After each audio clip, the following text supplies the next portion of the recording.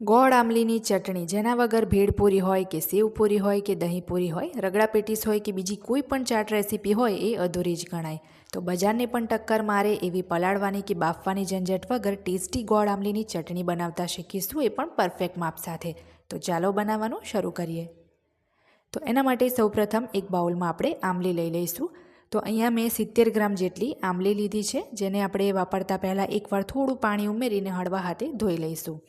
અહીં આમલીને બહુ મસળીને આપણે નથી ધોવાની, બસ હળવા હાથે આપણે એકવાર એને આ રીતના થોડી છૂટી કરીને ધોઈ લેવાનું છે.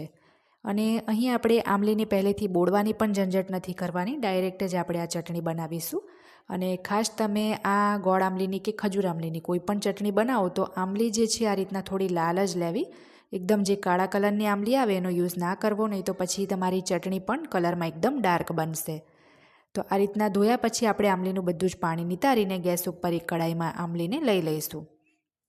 હવે 70 ગ્રામ આમલીની સામે આપણે 180 ગ્રામ જેટલો ગોળ લેવાનો છે. 70નું ડબલ 140 થાય છે, એના કરતાં પણ આપણે થોડો અહીં વધારે પડતો જ ગોળ લેવાનો છે, નહીં તો પછી આમલીની ખટાશ વધી જશે અને ચટણી આપણી ખાટી મીઠી ઓછી બનશે. તો હવે આપણે આમાં 3 કપ જેટલું ગરમ પાણી ઉમેરવાનું છે અને સરસ મિક્સ કરીને આપણે 5 મિનિટ માટે એને ઉકળવા દઈશું. ગેસની ફ્લેમ અહીંયા મીડિયમ ટુ ફાસ્ટ રાખવાની છે, સ્લો નથી રાખવાની. 5 જ મિનિટમાં તમે જોશો તો આમલી પણ આપણી સોફ્ટ થઈ ગઈ હશે અને ગોળ પણ તમે જોઈ શકો છો સરસ ઓગળી ગયો છે. તો હજી આપણે 2-3 મિનિટ ફાસ્ટ ગેસ રાખીને આપણે આને ઉકાળવાનું છે.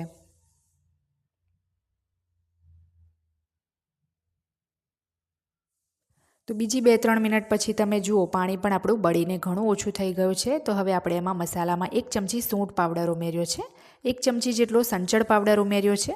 હવે આપણે જે સાદું રેગ્યુલર મીઠું આવે એ એમાં સ્વાદ પ્રમાણે ઉમેરીશું. ત્યારબાદ 1 ચમચી શેકેલા જીરુંનો પાવડર, 1 ચમચી જેટલું તીખું લાલ મરચું અને છેલ્લે થોડી 5 ચમચી જેટલી એમાં હિંગ ઉમેરી દઈશું.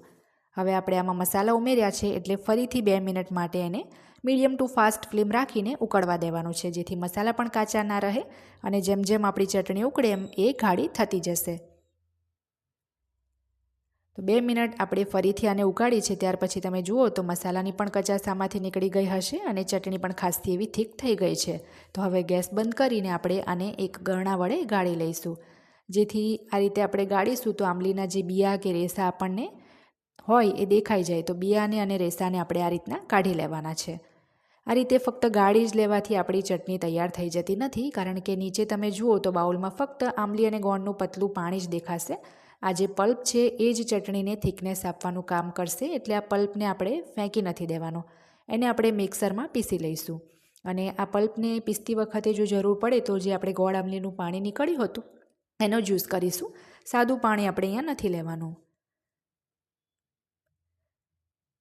તો આ રીતે આ પલ્પને આપણે સરસ એકવાર પીસી લીધો છે, તો આપણે ફરીથી એકવાર એને પણ ગાળી લઈશું.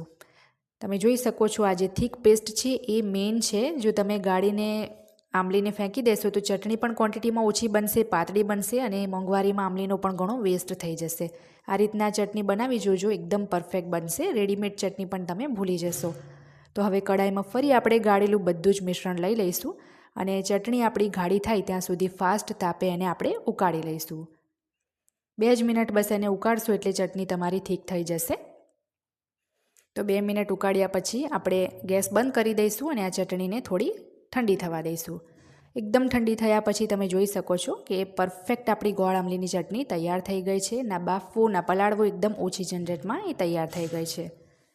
તો આ ચટણીને તમે ફ્રીઝરમાં, કાચની બરણીમાં કે સ્ટીલના ડબ્બામાં ભરી 3 મહિના સુધી સ્ટોર કરી શકો છો. બિલકુલ ખરાબ નથી થતી.